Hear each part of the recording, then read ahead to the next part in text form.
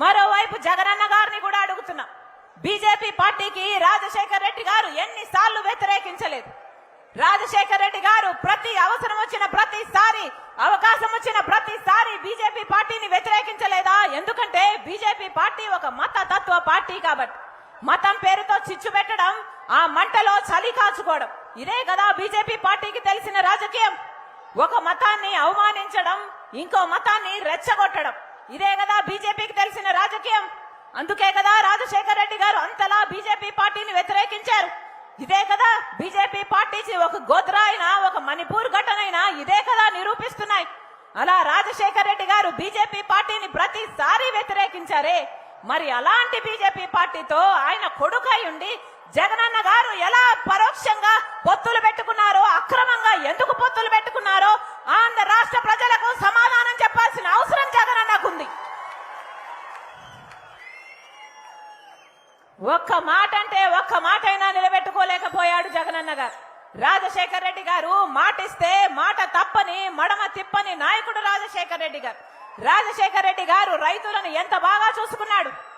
ఆ రోజు రాజశేఖర్ రెడ్డి గారు ముఖ్యమంత్రిగా ఉండగా రైతే రాజు, వ్యవసాయం పండుగ, రైతులకు రుణమాఫీ చేశాడు, ఇన్పుట్ సబ్సిడీ ఇచ్చాడు, ఎరువుల మీద సబ్సిడీ ఇచ్చాడు, పంట నష్టపోతే పంట నష్టపరిహారం ఇచ్చాడు, మద్దతు ధరనిచ్చాడు, పెట్టుబడి ధరను తగ్గించాడు. అందుకే కదా ఆ రోజు రైతు అంత బాగా బతికాడు.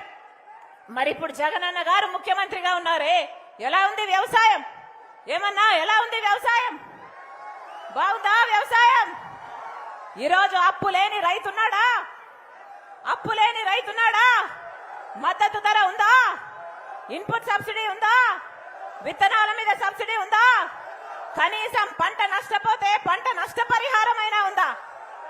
ఒక్క రకంగా కూడా రైతులను ఆదుకోవడం లేదు జగనన్న గారు. ఆ రోజు జగనన్న గారు ఎలక్షన్లకు పోతున్నప్పుడు చెప్పిన మాట ఏమిటి? 3,000 కోట్లతో నేను రైతుల కోసము, రైతుల మద్దతు ధర కోసము ఒక స్థిరీకరణ నిధి ఏర్పాటు చేస్తానన్నాడు జగనన్న గారు. చేశాడా? మద్దతు ధర 3,000 కోట్ల నుంచి ఇస్తున్నాడా? ఇంకొక 4,000 కోట్లతో పంట నష్టపోతే ఆ నష్టపరిహారం కోసం 4,000 కోట్లతో ప్రతి సంవత్సరము ఒక నిధి ఏర్పాటు చేస్తానన్నాడు జగనన్న గారు. ఇస్తున్నాడా 4,000 కోట్ల నుంచి మీకు పంట నష్టపరిహారం? మరి జగనన్న రాజశేఖర్ రెడ్డి గారి ఆశయాలను నిలబెట్టిన వాడు అవుతాడా? జగనన్న సమాధానం చెప్పాలి. ఆ రోజు రాజశేఖర్ రెడ్డి గారు బిడ్డల పట్ల ఎంత ప్రేమ చూపించాడు. బిడ్డలు చదువుకోవాలని, డబ్బు లేని కారణంగా ఏ బిడ్డ చదువు ఆగిపోకూడదని రాజశేఖర్ రెడ్డి గారు తప్పించలేదా? ఆ రోజు రాజశేఖర్ రెడ్డి గారు చెప్పిన మాట, రాజశేఖర్ రెడ్డి గారు చెప్పిన డైలాగు ఆయన చెప్పినట్టే చెప్పడానికి ప్రయత్నిస్తా. మీరు ఏది కావాలంటే అది చదువుకోండి.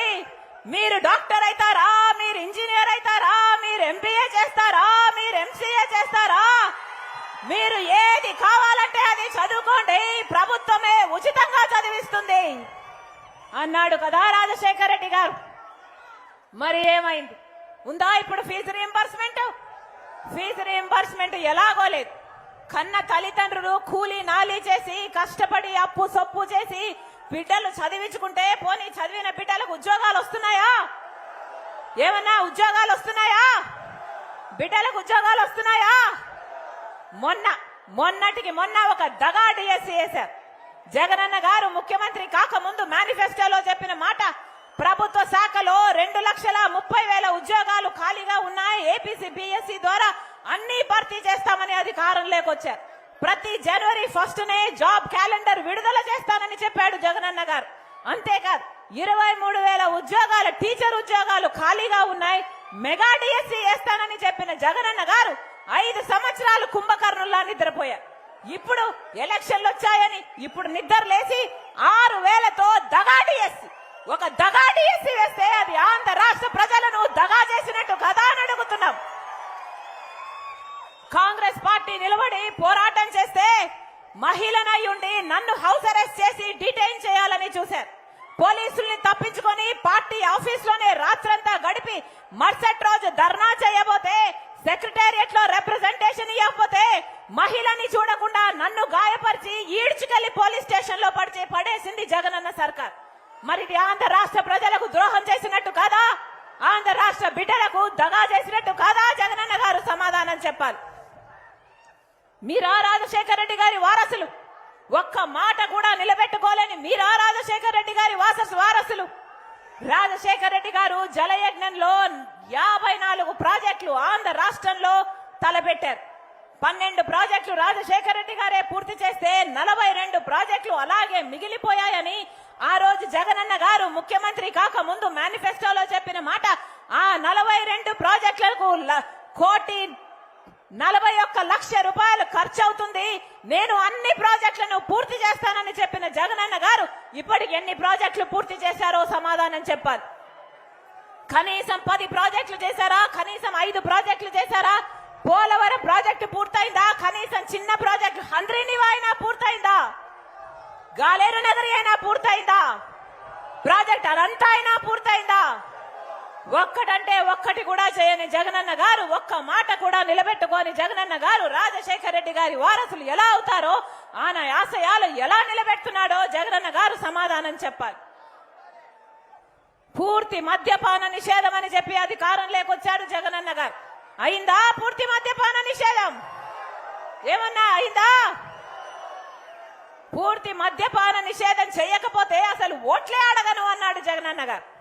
పూర్తి మద్యపాన నిషేధము నేను మేనిఫెస్టోలో పెడుతున్నాను, నాకు మేనిఫెస్టో అంటే భగవద్గీత, ఖురాను, బైబుల్ అన్నాడు కదా జగనన్న గారు.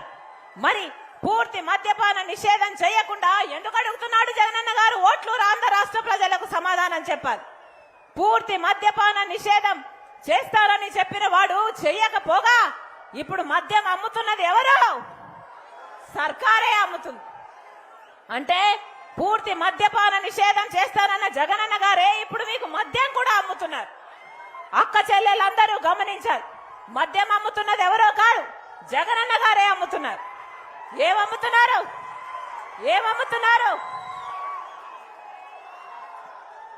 నాసి రకం. మిగతా రాష్ట్రాలతో పోలిస్తే మన రాష్ట్రంలో 25% ఎక్కువ మద్యం తాగి లివర్ చెడిపోయి చనిపోతున్న వాళ్ళు 25% ఎక్కువట. అందులో కూడా నాసి రకం అమ్ముతూ కూడా అది కూడా ఓన్లీ క్యాష్ అట. ఆన్లైన్ పేమెంట్లు లేవు, డిజిటల్ పేమెంట్లు లేవు. క్యాష్ తోనే ఎందుకు అమ్ముతున్నారు అని అడుగుతున్నాం జగనన్న గారు. క్యాష్ తోనే అమ్మాల్సిన అవసరం ఏముంది ప్రభుత్వానికి అని అడుగుతున్నాం.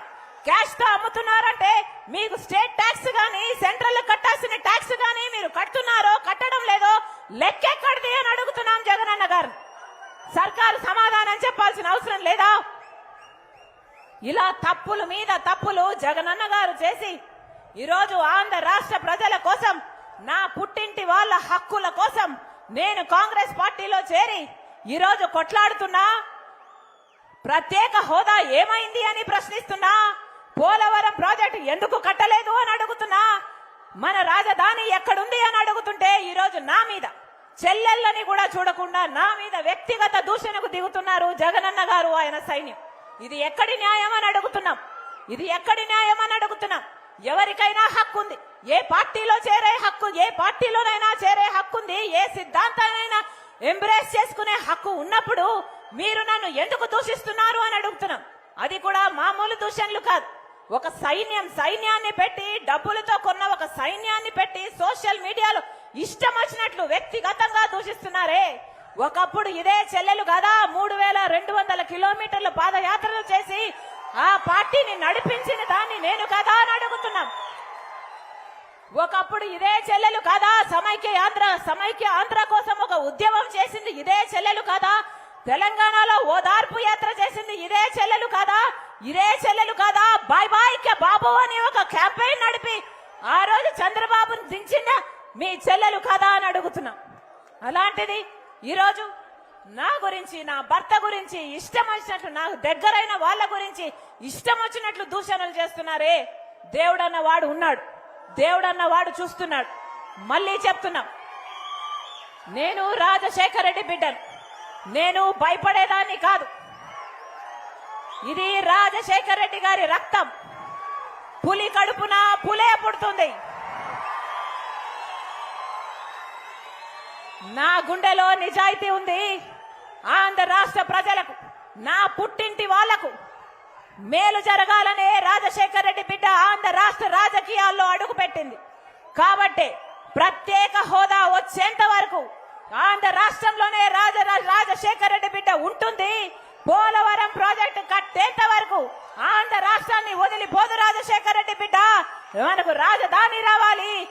ఆంధ్ర రాష్ట్ర ప్రజలకు చెందాల్సిన అన్ని హక్కులు నెరవేర్త వరకు రాజశేఖర రెడ్డి బిడ్డ ఇక్కడ నుంచి కదలనేది ఆంధ్ర రాష్ట్ర ప్రజలకు మాటిస్తుంది రాజశేఖర రెడ్డి బిడ్డ.